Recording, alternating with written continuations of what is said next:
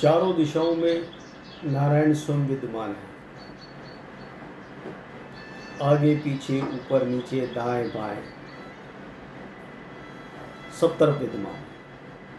पत्ते पत्ते में कण कण में।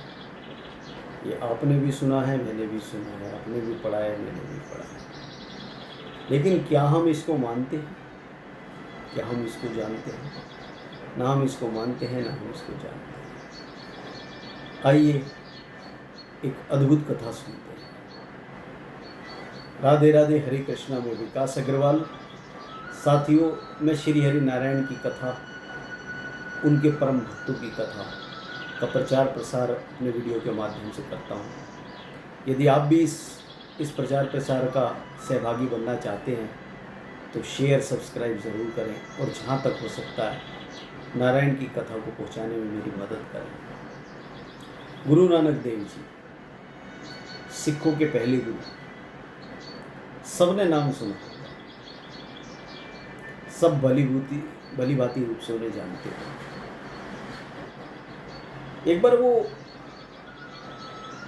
भ्रमण करते हुए कहीं पहुंचे और विश्राम करने लगे। उत्तराखंड की बात है। और जहां पर वो विश्राम कर रहे थे वहीं पे पास में एक भोलेनाथ का मंदिर था। तो उन्होंने देखा कि चिलचिलाती धूप है। विश्राम करने के लिए जहाँ वो विश्राम कर रहे थे वहाँ एक छोटे से पेड़ की छाया थी। उन्होंने कहा नहीं, यहाँ धूप छाँव आ जा रही है, इससे तो मैं मंदिर प्रांगण में जाकर आराम करता हूँ। चले गए वो मंदिर प्रांगण में। वहाँ जैसा प्रांगण में अक्सर होता है हमारे मंदिरों में कि भोलेनाथ का शिवलिंग जो है हमारा, वो आंगन के बीचों बीच होता है। और नारायण जी गए और वहाँ लेट गए।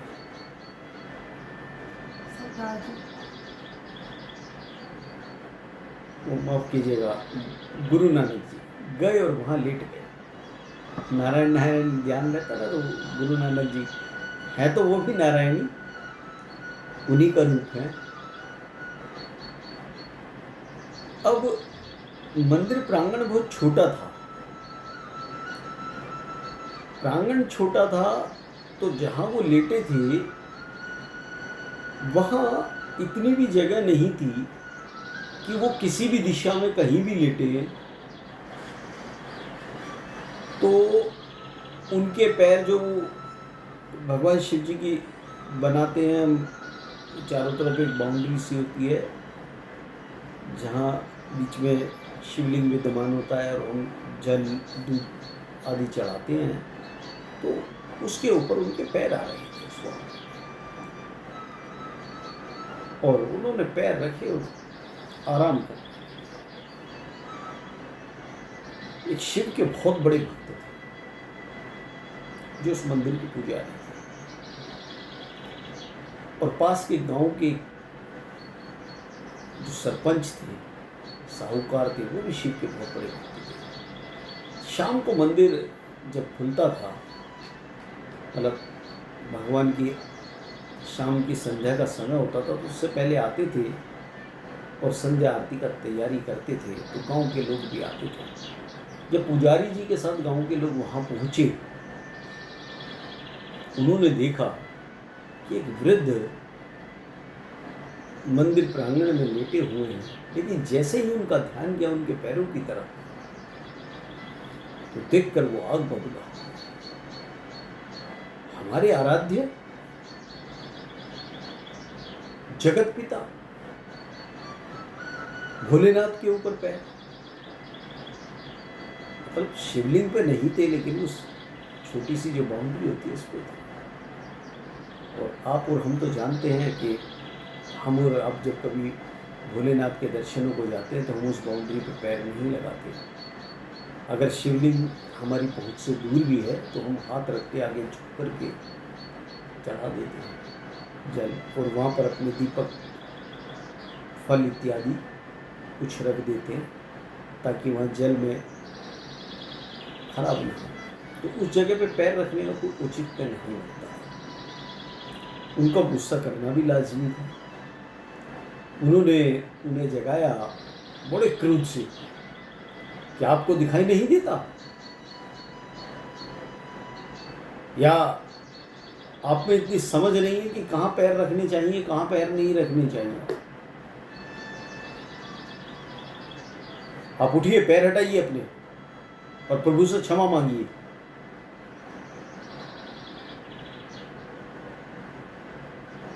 जो संत होते हैं, उस संत का रूप होते हैं, होते तो साक्षात ईश्वर ही हैं, जो सच्चे संत होते हैं। उन्होंने जब ये वृत्तांत सुना तो वो कहने लगे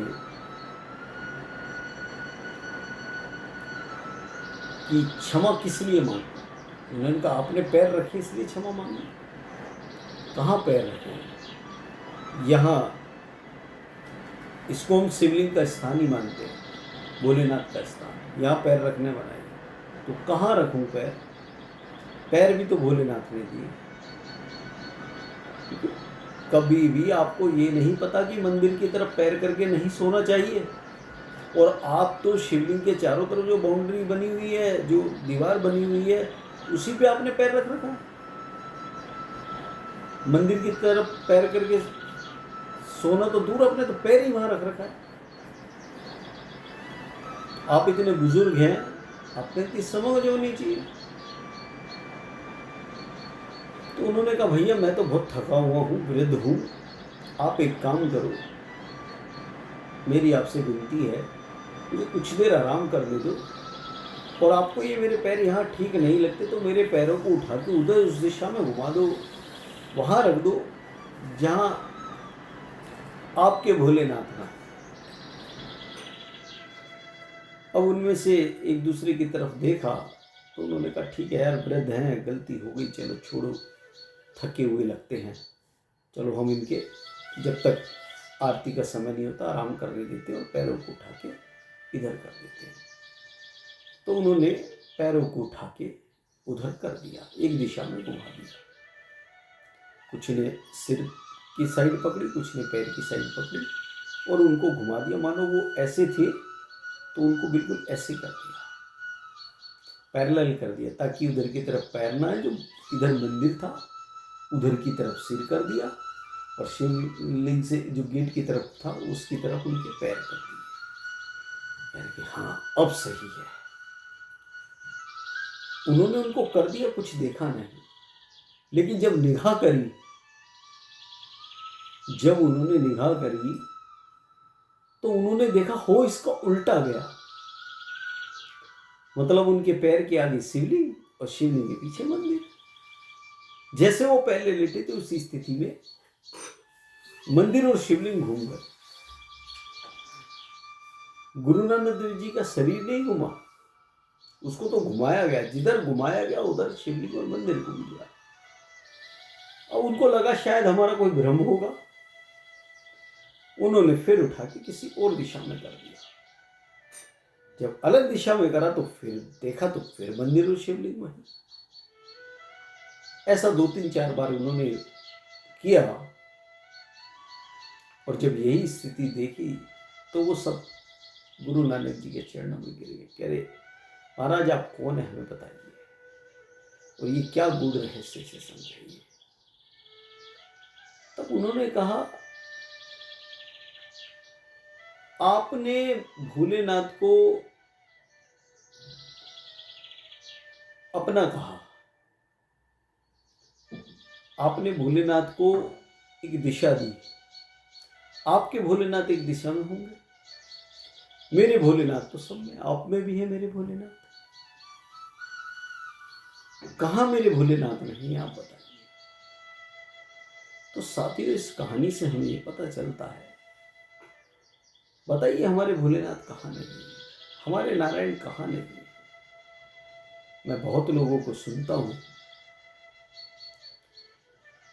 कि जिस कमरे में सोते हैं उसमें मंदिर नहीं होना चाहिए।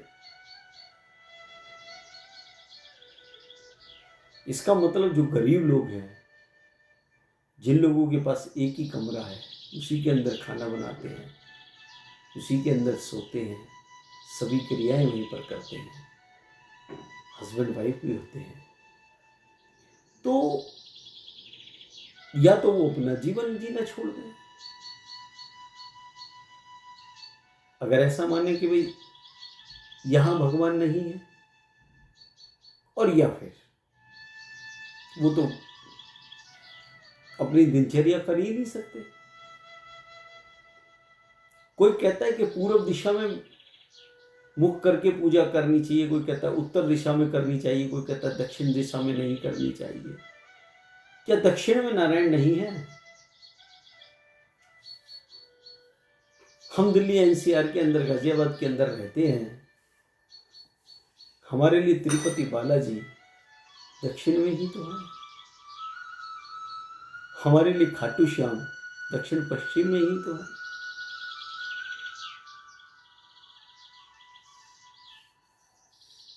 हमारे लिए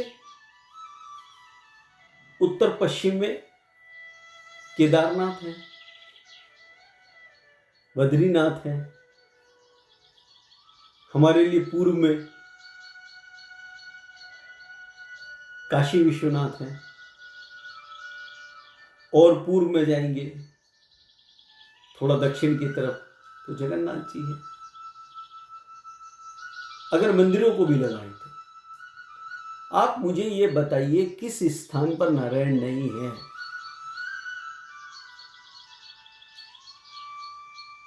तो हम ये क्यों मानते हैं, हम ऐसा क्यों कहते हैं कि हमें पूजा पूर्व दिशा की ओर मुंह करके करनी चाहिए,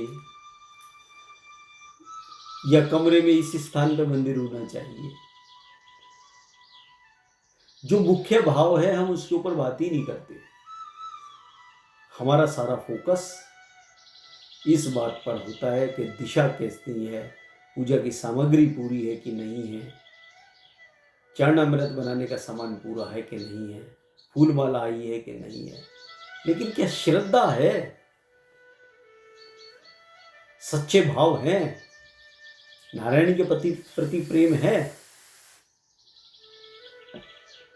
जिस दिन नारायण के प्रति विश्वास होगा, प्रेम होगा, श्रद्धा भाव होगा,